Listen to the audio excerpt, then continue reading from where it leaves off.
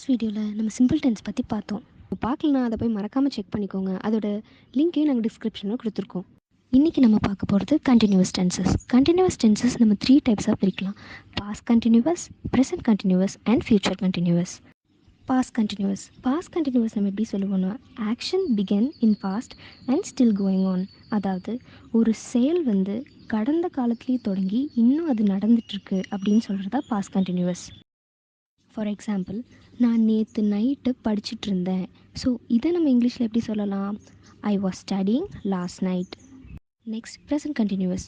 An action is happening now and may continue in to the future. அதாவது ஒரு செயல் இப்போ அது நடந்துட்டுருக்கு, அது எதிர்காலத்துலேயே கண்டினியூ ஆகலாம்னு சொல்கிறது தான் ப்ரெசன்ட் கண்டினியூவஸ். ஃபார் எக்ஸாம்பிள், குழந்தைகள் பள்ளிக்கு செல்கிறார்கள். இதை நம்ம இங்கிலீஷில் எப்படி சொல்லலாம்? The children are going to school. Next நம்ம பார்க்க போகிறது ஃப்யூச்சர் கண்டினியூவஸ்.